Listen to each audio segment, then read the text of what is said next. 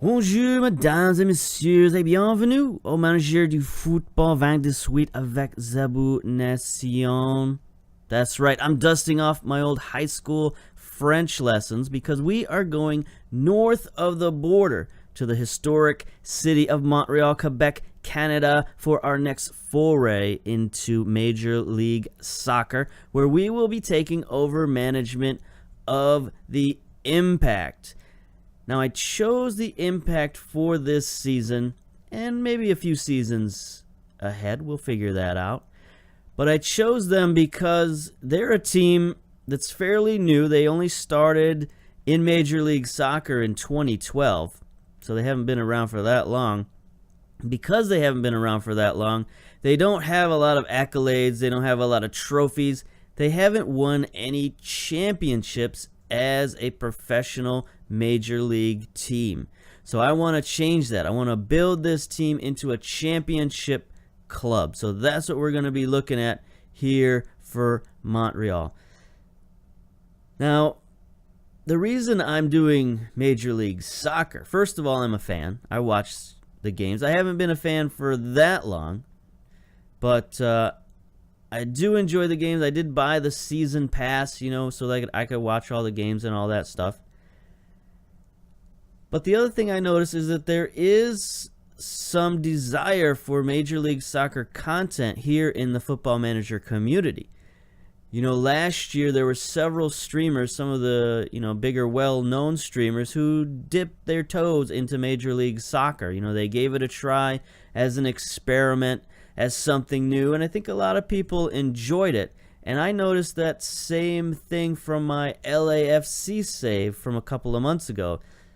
It was pretty much my most watched FM content, and there were people who were saying, hey, when are you going to get back to MLS? So here we are. This is what we're going to do. Building Montreal, and maybe even building a nation. Because I am a fan of management on the international level. So if we get this thing rolling, maybe we can build Canada up as well and take Canada to the World Cup, possibly. They haven't been there in quite a while, so maybe we can get them back there if we build Montreal properly and have a lot of really good, solid Canadian players, and hopefully we can do that. All right, so how are we going to do that? Well, let's start off with our coach. Of course, we are Zebu Nation, 24-year-old American born in Lansing, Michigan. Not dual citizenship, but dual nationalities of American and Canadian, so that's pretty good. That's helpful. We do have a Continental A license. We're 1.5-star reputation, which was pretty much just the standard package for coaching in MLS. I just took that. I didn't really change it much. The only thing I did do was I made the coach a youth-oriented coach. So we've got 19 youngster knowledge. That's going to help us with things like the MLS Super Draft. It's going to help us to identify the best candidates in our academy and stuff like that. So it's going to help us, grow those young Canadian prospects. Then we got some discipline, some man management, some motivation, a little bit of attacking over here, 13 attacking. That's pretty good. So we're a young, exciting, attack-oriented coach. I think that's pretty good. And as you can see down here in languages spoken, we are, of course, fluent in French, as you no doubt heard from that introduction, which was just pitch-perfect French, of course. As long as I have like 5 days to prepare a single sentence, I am fluent. But anyway, that is our coach. Let's take a look at our team. Club background. Founded in 1993, the Impact are a professional Canadian club currently playing in MLS. They finished 14th in the league last season. And as you might have noticed up here, it is February 10th, 2018, so I did advance one full season. I tried to simulate the entire season, but that didn't really work out because I got fired midway through. And I tried doing it the other way where I just simulated and then tried to get hired by Montreal, but they didn't have an opening, so I couldn't. And I don't have the editor, so I can't just plop myself in there after we go through a full season. So I had to sort of stop the simulation midway through and sort of work us into 14th position and just to keep my job. So that's how that came about. But anyway, we play our home games at Saputo Stadium. This is a stadium that was built by our club owner, our president. So the Saputo family is very much involved with the Impact, very important to the club. And, that's where we get a lot of our funding from and a lot of our history from. So it's good to recognize that and have them a part of the stadium. The club's training ground is also Saputo Stadium. We have adequate junior coaching, above average youth recruitment. That's okay, but we need to fix that, especially the junior coaching part. We need better junior coaching. Club is affectionately known as the Impact, fierce rivalry with Toronto FC and Vancouver Whitecaps. That's going to be a problem because Toronto is one of the best teams in Major League Soccer right now. And it's difficult to beat them year after year. And we face them in the Canadian Championship all the time. So they're our hurdle right now. They're our roadblock to championships. Go through Toronto FC. They're in our same conference. So that's got to be one of our major hurdles, is getting past Toronto. Vancouver beating them would be nice, but, they're not really in our way the same way Toronto FC is. We have no real competition history of note. The Impact are a club with a trophy cabinet waiting to be filled. As you can see here, honors, we have won no honors. Landmarks, runners-up in Canadian Championship in 2017. That was last season. Not so good. Now, according to their Wikipedia, they won the Canadian Championship in 2013 and 2014. And in 2015, they came in runners-up in the Champions League. So that's pretty good. That's at least something to hang your hat on. We've played international football, and we've nearly won it at the highest level. So that's pretty good. But other than that, Major League Soccer championships and accolades have not been easy. Have not been something that we've won. No Supporters Shield, no MLS Cup championships. So that's something that needs to change. All right, so we mentioned the 2018 season. Let's go ahead and take a look at that and see what we did, see how we fared. As we saw, we finished in 14th place in the Supporters Shield. We'll look at that first. 13th place in the Supporters Shield, forgive me. 34 games, had 10 wins, 14 draws, 10 losses. So that's not too bad to have as many wins as losses, but that's a lot of draws in the middle that kept us basically mid-table, which is pretty much what the board wanted out of us.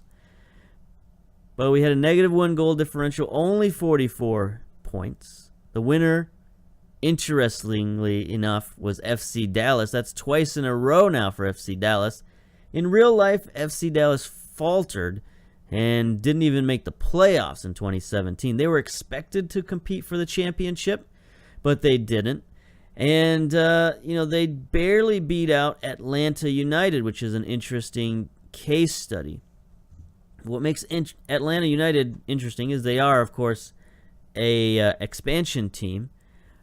But also, I've loaded up a 2018 update, which did a lot of the roster moves around the world and updated a lot of the rosters. And Atlanta United is one of those who benefited from an updated roster. You can take a look at their senior squad here. They've got Ezekiel Barco, who was a huge transfer for them just recently. And he's a very talented South American prospect.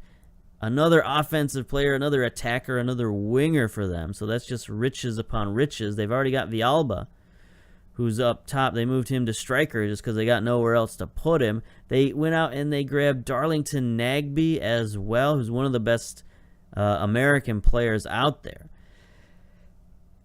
So Atlanta United, they improved themselves and they improved themselves a year earlier. So all of those changes that I just showed you, they should have happened in 2018, but they happened in 2017, and that helped them reach the top of the table. So speaking of 2018, is there anything else we want to look at in 2017 before we move on? MLS Cup, who won the MLS Cup? It was Atlanta United over FC Dallas. Wow. So FC Dallas wins the Supporters Shield, Atlanta United wins the MLS Cup, and there you go. They get to split their championships, essentially. I guess we could look at stats a little bit. Do we care about stats of a season that we didn't watch?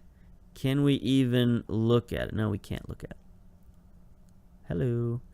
Okay, so we won't look at that. Let's run down the checklist. How about that? That's something that I do in a lot of my videos. I have something that I call the checklist, where we just run down each portion of Football Manager, I suppose, each little tab down here on the side, and see what's up. So we like to start with the academy, and this is something that's going to be very important for us if we want to build a nation. And this academy is looking pretty good. It's looking really strong. Look at all these 4-star potential players. They're all very young, 16 years old. But man, that's a lot of potential. That's a lot of good players. Some of them even have 2-star ability already, like Frederic Carrere, 16-year-old wide midfielder. And what I've noticed is that once a player reaches 2 stars, they pretty much don't improve in the U.S. unless you send them somewhere else. And that's another reason to load those leagues I mentioned earlier in the video. Because if you want to send these players out on loan to real leagues around the world, they have to be leagues that play at the same time as MLS. And there aren't many that do that, but the Nordic leagues in particular, Iceland, Finland, are the main two who play at the same time as MLS. So you can send players there, and they can get experience playing in real leagues instead of just simulated leagues, which the lower divisions in the U.S. are just simulated leagues. They're not real leagues in FM. So if you want your players to improve from the youngster level, you've either got to sign them up and play them in your own first team, or you've got to load up some other leagues and send them over there on loan. So that's another pro tip. But our academy is looking really, really good. It's just going to take a couple of years for these guys to work their way into the lineup. Finances. We're looking very positive here on financials as well. We got $16 million in the bank. We had an excellently profitable year last season. We made like $9 million. So that's pretty good. So we're stable, at least financially, and that has caused the board to give us some big money in the payroll department. $27 million payroll, which is pretty huge considering the MLS salary cap is only $4 million. And we'll talk about the salary cap in a minute. But for now, we got a $27 million budget, which is very good. We're only spending $5 million of it, so that's outstanding. Got a $2.3 million transfer budget. That's pretty good. It's not going to buy us any major superstars, but it'll buy us some players who are really good for MLS. The other thing we got to look at financially, something that maybe we don't have to look at in other leagues, is this little league-specific tab right here. So it shows you our salary cap. $4.05 million. We got $1.45 million in cap space remaining. There's our transfer funds. But we have something in MLS called allocation money. And this is sort of secret, under-the-table money that you're able to trade with other teams within the MLS. You can't use this money for transfers. You can't use this money outside of MLS. You can only use this money inside MLS. And you can use it basically to sweeten trade deals with other teams in MLS. Like, say they've got, a first-round draft pick, and you want to buy that first-round draft pick. You can trade them assets for that draft pick. You can trade them a player. You can trade them your own draft picks. or you can just trade them some money, some allocation money, or you can even, trade them some combination of players and picks and money and a few other things. So you got, a lot of interesting things to do with this allocation money. But the other thing you can do with this allocation money, the reason people want it, other than just to trade it around, they want it because you can use this money to buy down your contracts as they count versus the salary cap. So if you got a guy who counts, $1 million versus the salary cap, you could take $1 million out of your allocation money and spend it, and suddenly that guy costs 0 against the salary cap. Now, he'll only cost that for 1 year, and next year he'll be back to his regular numbers. But that can show you the power of this allocation money. It can allow you to bring in more and more and better players by spending this allocation money wisely and buying down certain contracts. You can just squeeze a few more players in there under the salary cap, and it's very important for that kind of thing. You also have targeted allocation money, which is money you can use to go out and re-sign your players to higher contracts, even if they're over the salary cap number. So it's another use for allocation money. And it's a different pool of allocation money, which can be somewhat confusing, but hey, you'll get used to it. Don't worry. Another thing it shows you here is some player slots. We have 3 designated player slots. I don't know that I mentioned what designated players are. Designated players, if you don't know, are players who you can spend more money on than other teams. It's similar to the allocation money, except it's unlimited, essentially. You can pay a player whatever you want. Say you pay him, usually clubs set a cap at like $10 million. Like you saw back here, our payroll budget is $27 million, even though the salary cap is only $4 million. How that comes about is designated player slots. So I could pay a player right now, I could pay him $20 million because I can fit it under my payroll. But as long as I give him one of these designated player slots, his salary only counts $500,000 versus the salary cap.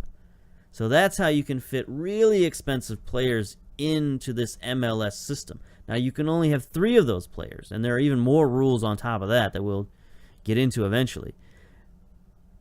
But it just, gives you an idea of the stuff you got to understand when coming to MLS. So that's why it's good, I think, to have somebody who's familiar with the MLS, or MLS as it's supposed to be called, familiar with MLS, running one of these Football Manager saves. Anyway, we have a couple of Generation Adidas players, which are highly sought after prospects who come in through the draft, and they're given these special tags by U.S. Soccer to say these guys are some of the best prospects in the country, and we want them to stay in Major League Soccer and stay in the country, so we're going to give them this Generation Adidas tag, and they're not going to count against your salary cap. So it's just another little encouragement to keep American players around, or Canadian players, as the case may be, and keep them in the fold of Major League Soccer. And the same thing for homegrown players. You can have a certain number of homegrown players, and their contracts also don't count against the salary cap, which is sort of the all-important thing you got to keep in mind with Major League Soccer. All right, running down the checklist here. The board. How are we looking? Job security. We are, of course, secure. We had to do some finagling in the 2017 season to get this done, but we got it done, and we got a new 2-year contract. So we're looking pretty good. Christian Coleman, the owner, feels he will never leave on his own volition. That's good. Can we look at the board? We can look at the board members, right? Yeah, so our president, Christian Coleman. Is that true? Is that what it is? That's different than what's on the Wikipedia page.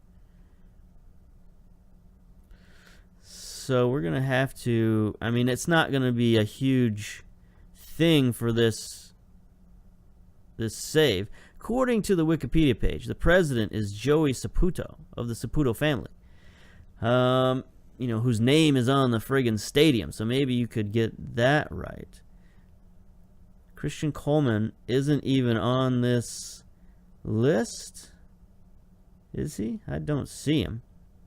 Anyway, our managing director is Richard Legendry. I almost said Legrand. Legendry. Is he on the list? No.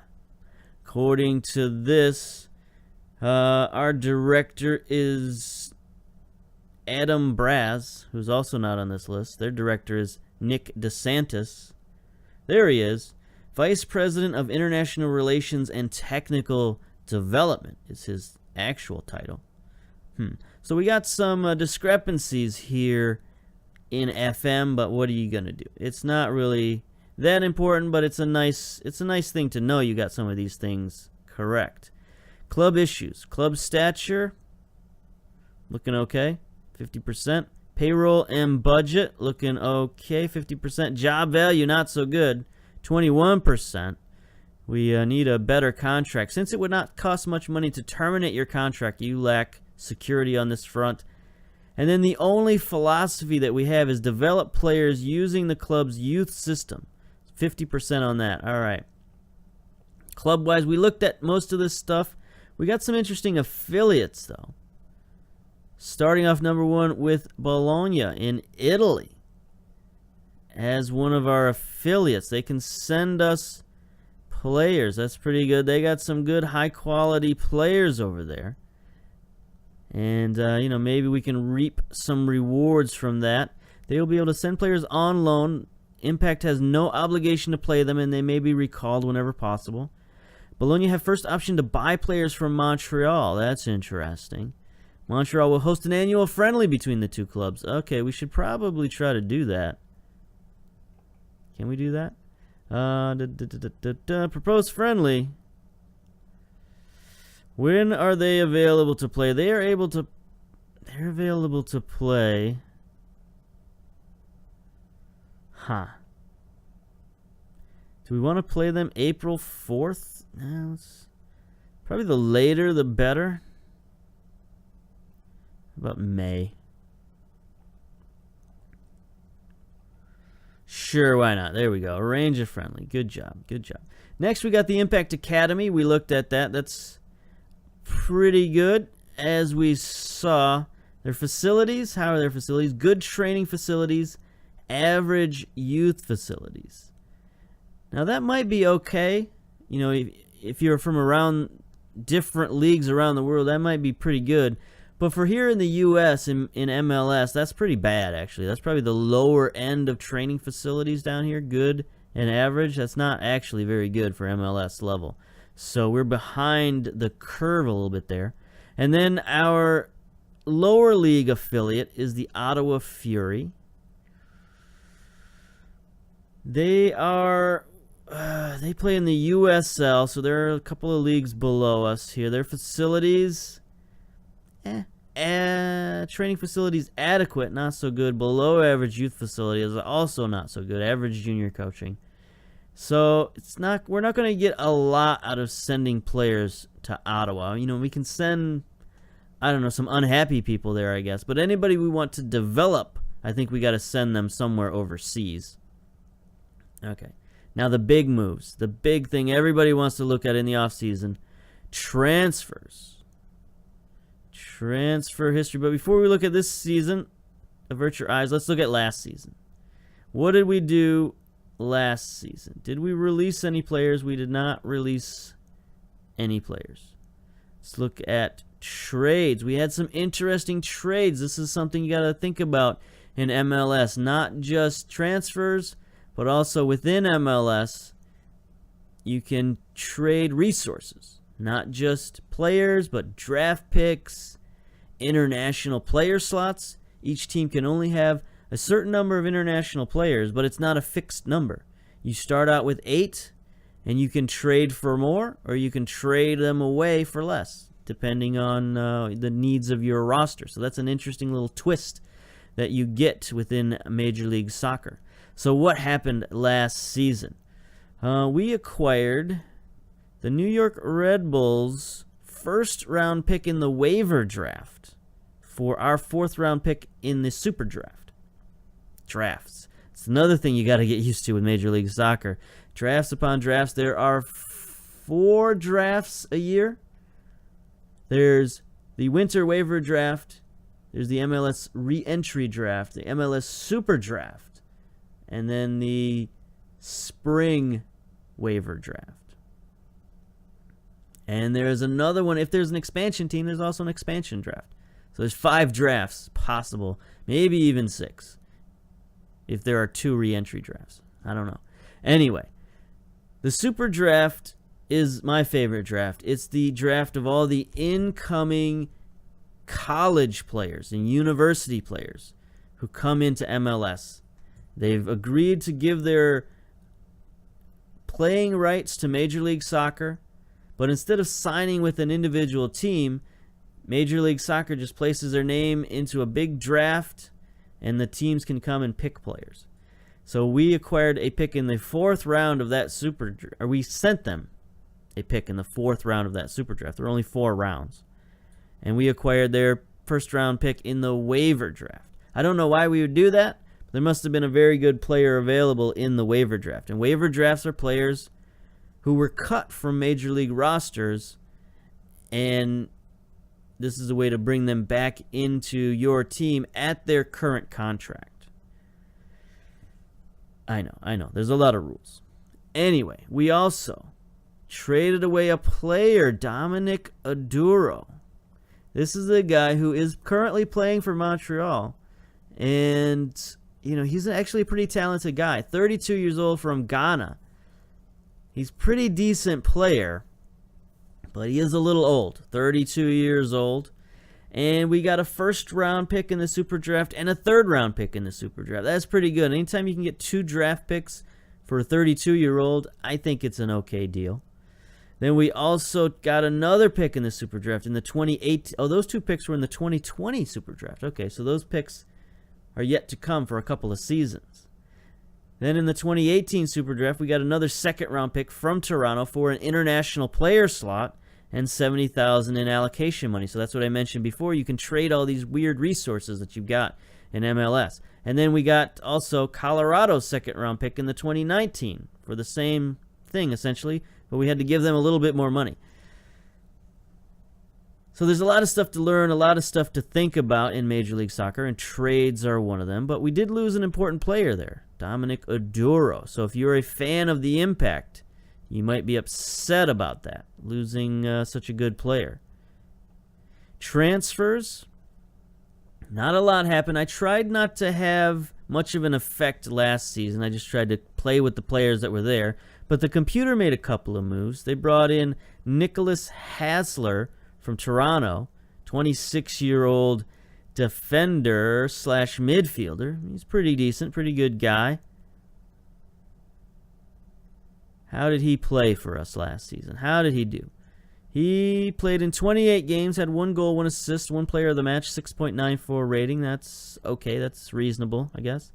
Then he brought in Bobby Boswell from Atlanta United, 34-year-old American, a little bit older, a little bit too old, honestly, but he's got decent ability, other than his pace and agility, which are terrible. Strength, jumping, reach, heading, marking, tackling is all pretty good. Mental is very good. Determination. He's the kind of guy who you could come in as a reserve. He's the kind of guy who could help you train some of your youngsters, things like that. They got him in some sort of draft, probably a waiver draft of some sort, or the re-entry draft, possibly. You can take a look at his history. Milestones? No, it's not in milestones. Where is it at? Landmarks? No. Biography? Anyway, not important. Not important. Some kind of draft, they picked him up. And then I had to make a couple of moves late in the season just for roster reasons. We picked up Matt Johnson from our academy, 17-year-old striker, 6 foot tall, pretty decent ability as a target man. 16 flair, 12 determination, 13 heading, 11 finishing, 13 strength, pace 12. It's okay. I mean, he's an okay prospect. He's got some some ability to grow. He could be a 3-star guy, possibly 4-star, but basically we were all out of strikers and we needed somebody, so I signed him up. And then I had to go out on the transfer market and get Leandro Martin for free just because we had run out of midfielders because everybody was out on Team Canada duty or injured, one of the two. So we had to bring in him. He's not a great prospect, only 2.5-star. He could possibly be 3.5-star, so he's got some potential. But he's just a pretty decent guy. He's got good skills, good speed, just somebody to throw in the midfield as a stopgap, and he was okay. So not an exciting 2017. But what did we do in 2018? First of all, we released some players, and some players that you might know. First and foremost, Ignacio Piatti was released from the club, and you might be asking yourself, what are you doing? This is a really good player. He's a designated player for the Impact. And he's very talented. There's no question about it. Now, he is 33 years old. He's declining a little bit. He wanted a large salary. He was taking up a designated player slot. And I just felt like because the roster is so old, I'm going to be honest with you, this was one of the oldest rosters I'd seen in Major League Soccer, outside of maybe Seattle, I guess. So many guys over 30 years old, I was just not happy to see it. And it was kind of a snap judgment to get rid of this guy. His contract was coming up. And I had some other guys on the market I was looking at, and so I had to let him go. Now, he was a very good player for us historically, but last season, not so much. He only played 13 games. No goals, 2 assists, 6.7 rating. Very injured and very injury prone. So I decided to let him go, even though 2 years ago he had 17 goals, which is pretty good for MLS, especially as a winger. So this is a decision that, Impact fans might not be happy with. One of their key players I let go. Another guy we let go, Bobby Boswell. 34 years old. You might recognize this guy. We just picked him up last season and we dropped him the very next season. Again, just very old player. Physical's declining. Wanted to clear out roster space, clear out some cap room, and so we got rid of Boswell. And then these two guys, Marquez and Metzger, these were two guys that we picked up in the waiver draft just in case we needed them. No, not in the waiver draft. Re-entry draft. Yes. Because we didn't have to sign them to a new... No, it's the other way around. Rules, man. There's so many rules. So I picked them up in the waiver draft. Their contracts were running out at the end of the season, so I just let their contracts run out, is what happened. Yeah. Things you got to think about in MLS. So we picked them up, took a look at them, said they're okay. We don't necessarily need them after I started putting the roster together. So they were just sort of free pickups that we didn't have to spend any money on. We didn't have to sign them to a new contract. We could just have them there in case we needed them. And honestly, they're both available still for free transfer. So if we do need them, we can still go out and pick them up for free. We just have to sign them to a contract. So no problems there. All right, trades. What sort of trades did we make this season? Only one. It was kind of a big one. We traded away another pretty good player, Chris Duval, 26-year-old right back.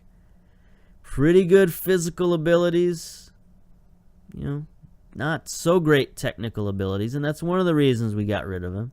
Pretty good mentals, okay mentals anyway. But his real strength was his physicals. How did he do for us last year? This is why we let him go. 32 games. That's basically the whole season. 0 goals, 0 assists, 0 players of the match, 6.66 rating. That's not good enough. You play all 32 games, that is not producing, my man. We need much better than that from our fullbacks. And he just didn't cut it, so we cut him. Actually, we didn't cut him. We traded him for the 5th overall pick in the 2018 Super Draft.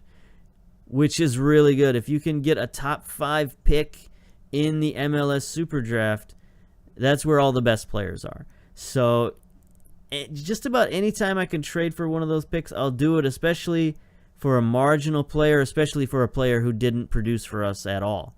So that's pretty good. I'm happy with that.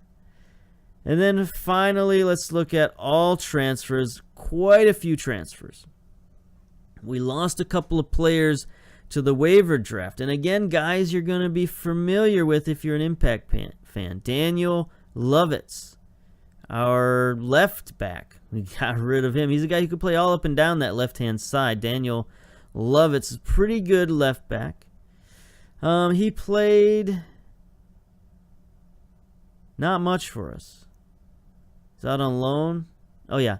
Last season, he played 14 appearances, 2 goals, 1 assist, 6.96 rating. So he had an okay season for us, but he only played 14 games. So I'm going to have to get rid of him. Michael Salazar, another guy from Belize. We cut him. He's played for the Impact for 2 seasons. 2016, he had 2 goals, but last season for us, he only played 4 games, 6.7 rating, 1 assist.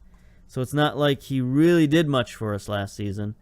And honestly, I looked at this guy, and I just didn't think he was good enough to be playing in MLS. And as you can see from his roster slot here, he came from the USL, and after we cut him, he went back to the USL. So I think that might be his level. Not quite an MLS talent. And then David Chonier? I'm going to go with Chonier.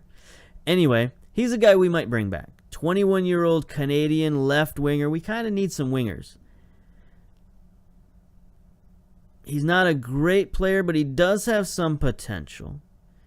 3-star, maybe 4-star potential.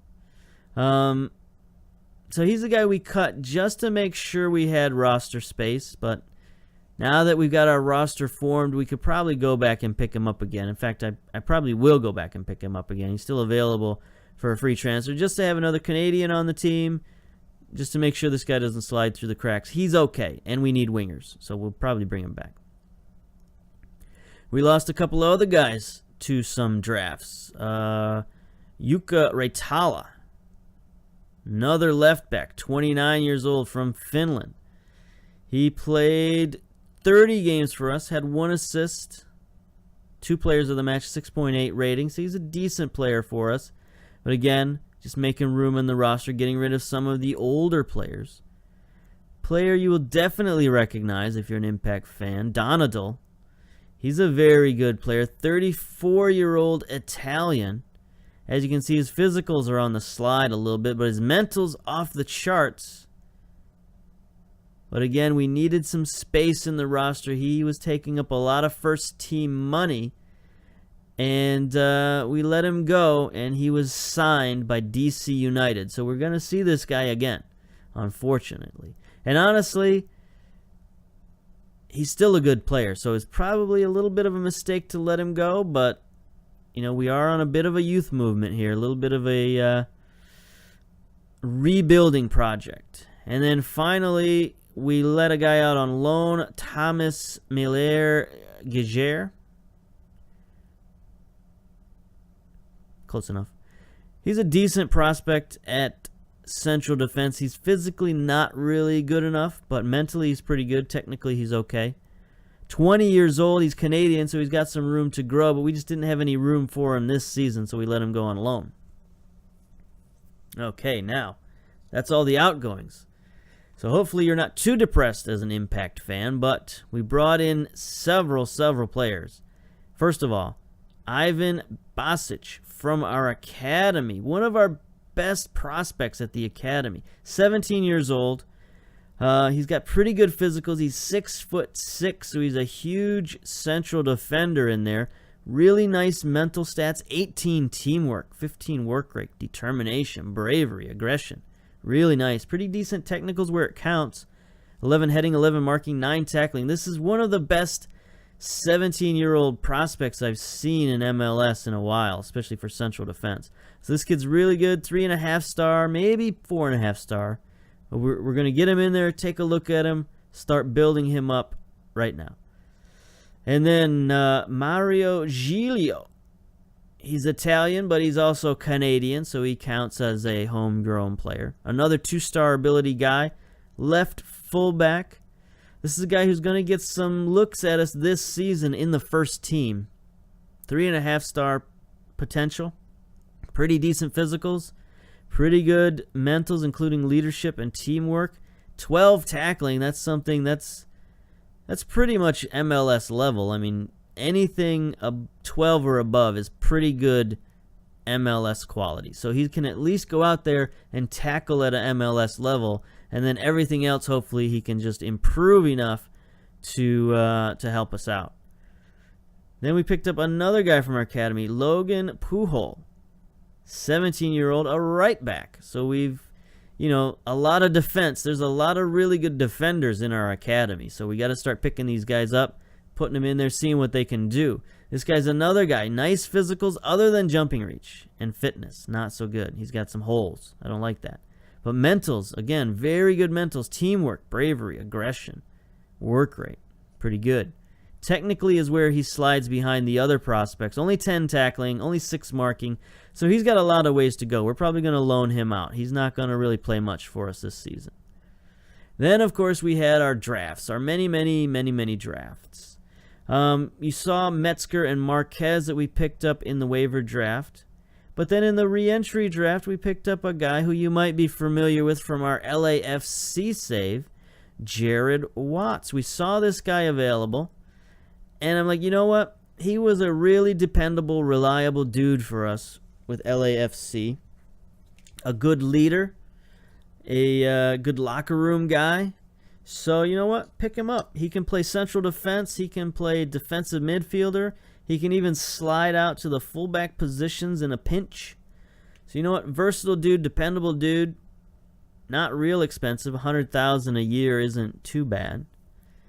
But, I thought, why not pick him up? Why not do a little homage to our LAFC save? So, Jared Watts. He's going to be a good contributor for us. Then we had the Super Draft. We had 6 picks in this year's Super Draft. It was very good, including 3 first-round picks, a second-round pick, and 2 thirds. Unfortunately, they don't put the draft picks in order, but I'll try to remember. So first of all, we had our number 1 draft pick, which was the 5th overall draft pick, Carl Salmon, a right fullback, which is a position we needed because we got rid of all of our fullbacks in the offseason. Now look at this guy. He's really good. 2.5 star current ability, 4 star potential, maybe even 5 star potential. This is a really good prospect. It was a pretty good draft. Some of the MLS super drafts are up and down in terms of quality, but usually the first draft is pretty good. Like the 2018 draft is usually a pretty strong draft in FM. So he's got stamina, pace, balance, acceleration, agility, really good mental stats. Look at that, 17 determination, concentration, leadership, positioning. Really good defensive player. 12 marking, 12 tackling. Heading not so great, jumping reach not so great, but not bad. So he's already valued at $1 million, hasn't even played a game yet. Really good first round draft pick. That's the kind of quality you can get in the top 5 of the MLS Super Draft. Everybody else is going to be slightly worse than this, mostly. But it's pretty good player, and he's gonna be on the field for us. He's probably gonna be a starter for us, if not immediately, then very soon. Then our next pick, I'm trying to remember who it was. I think it was Devin Pace, 21-year-old American, advanced playmaker. Not quite as good, only a 2-star player, 4-star potential though. And basically we're in the need of midfield, an advanced midfield. So we picked this guy up just because he was pretty highly rated. And he's just sort of okay. Nice mentals, decent technicals. First touch, passing, and technique were what really stood out. I was like, you know what? That's MLS level. So we'll pick him up. That means we can put him in the midfield. He'll be able to handle the ball, handle himself, make some passes. He'll be okay. Strength is an issue for this guy. We got to get him in the weight room. Then we picked up, who was it? Was it Taylor? Yes, it was Lewis Taylor as our final first-round draft pick. This guy came out of nowhere. I really didn't think he was this good. Our scouts didn't rate him this good. But this guy is, you don't see a prospect much better than this in the MLS Super Draft. Look at those physicals. 15 strength, 17 jumping reach, 6'3". Nice balance, stamina. He's got 4.5-star potential. That's yellow potential, too. None of this dark star stuff. 2-star current ability. So this guy's good enough to start for us. 18 determination, 16 leadership. Positioning, marking, heading, tackling, not great, but hopefully those things can improve, right? So this is a guy who's going to play for us, going to play a lot. He's not going to start for us, but we've got some older central defenders, so we're going to rotate him in quite a bit. Then the rest of our picks, we got Ross Purdy, another central midfielder, another attacking central midfielder as well. Again, good mentals, good first touch. So we're trying to build up our players to be, a little bit more sophisticated and a little bit, more soccer intelligence, and hopefully we can play a better, smarter brand of football. That'd be nice. Picked up Rick Tran, left fullback. So, a lot of defensive help in the offseason. Just so much defense. It's kind of ridiculous. But he's another guy, pretty good physicals. 13 jumping reach is pretty good. 13 pace for a fullback. Again, really good mentals, bravery, determination, work rate. Marking, tackling, okay. So this is a kid who's going to play for us quite a bit. And then finally we picked up Mike Wynn, striker, 22 years old. This was our last pick. He's an attacking target man.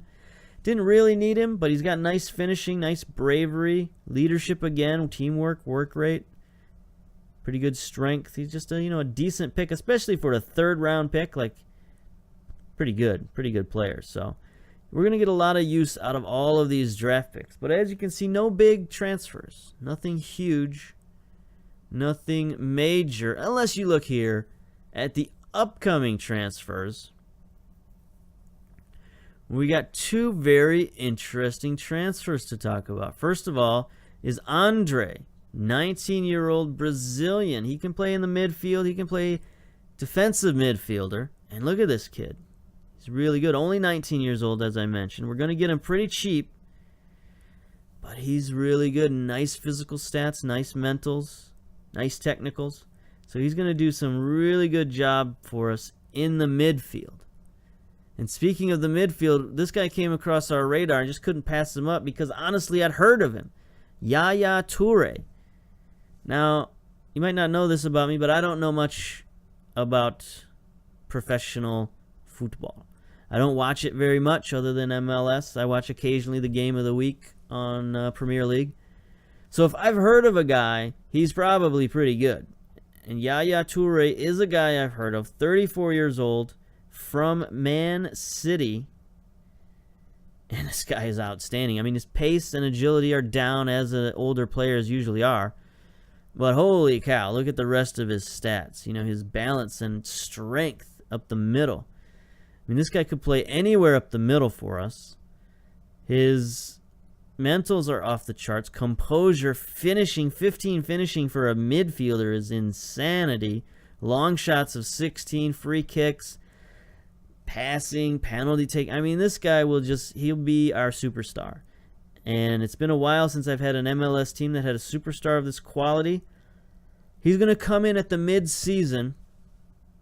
We could buy him for, $1 million if we wanted him now, but we don't really need him right now. We're going to feel things out with all these youngsters and see how we do. Bring him in the mid-season as sort of a kick in the pants and see if we can do some damage in the second half of the season. And if we're doing poorly, if we need him, we can always, buy him early from Man City and bring him in.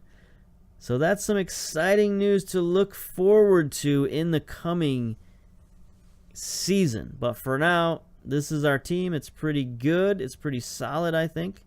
Take a look at our tactics. Speaking of tactics, this is the tactic I used last season to get this team to mediocrity, because playing defensive for whatever reason just wasn't working. This team is like defensive enough. They know how to stop shots and keep the ball out of goal. It's just a matter of scoring goals. So we had to go a little bit more offensive, if that makes any sense at all. It's like our players were naturally defensive, so we kind of had to push them to be offensive.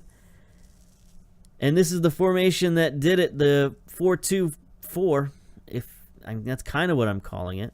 4-2-4 wide attacking.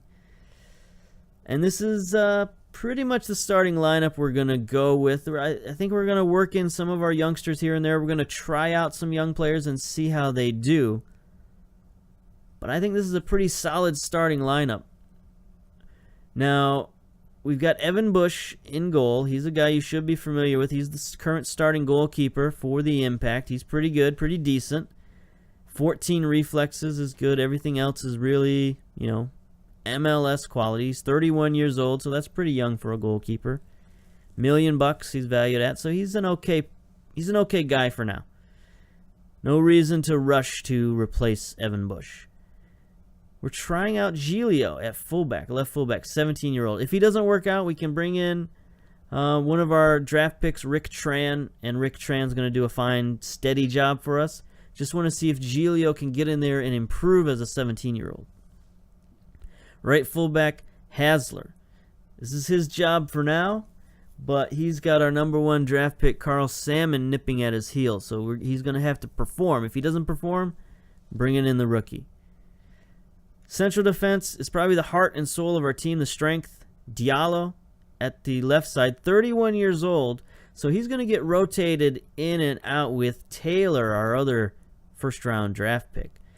So as he declines in ability, he'll get replaced. He'll be able to be fresh for the end of the season. But for now, he's a really good player. Really good physicals, technicals, all of that. He is a very, very solid defender for MLS.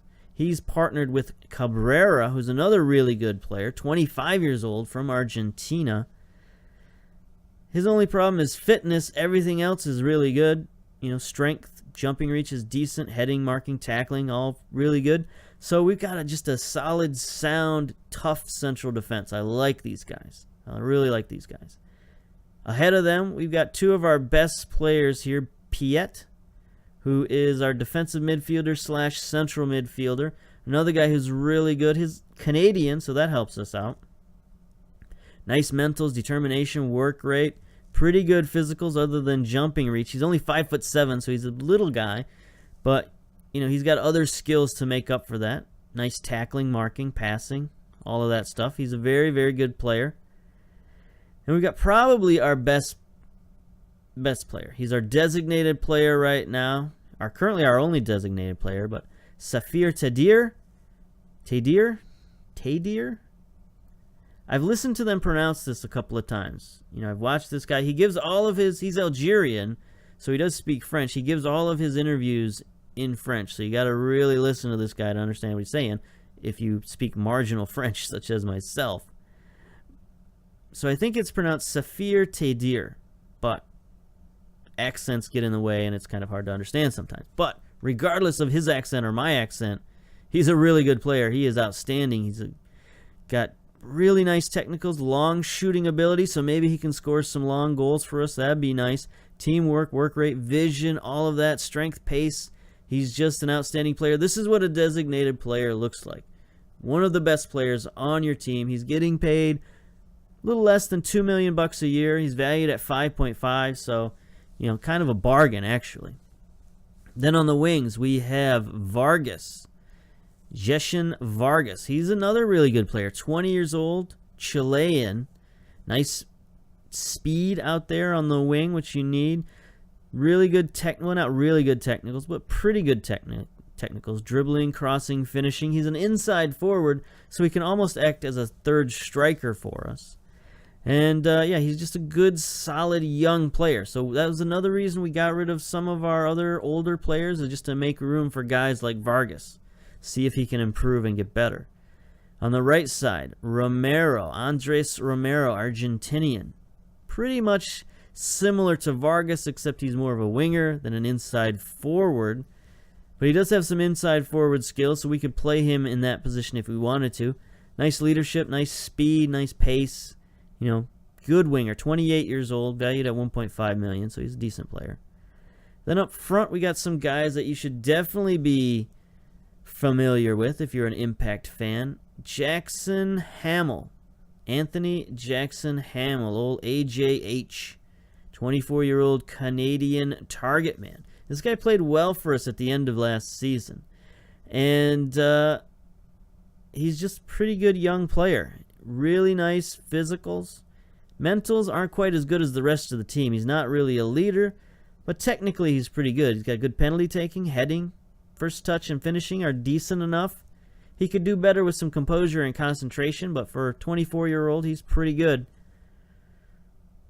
He's got 8 caps for Team Canada and 3 goals, so he's an international player, so that's good. And then our number 1 striker, our leading goal scorer, Mancosu, 33-year-old Italian, one of our best players. This is a guy who I think ordinarily would be on a designated contract, but for whatever reason, he's not. We're paying him $725,000, which is a lot of money. It's a guy we might want to look at his contract and see how it's structured. $500,000 after tax. His salary cap impact is $500,000. So he's an expensive player for us. Now we can buy that down with some allocation money. This is how allocation money works. As you can see, his salary cap number is getting shrinking down to 0.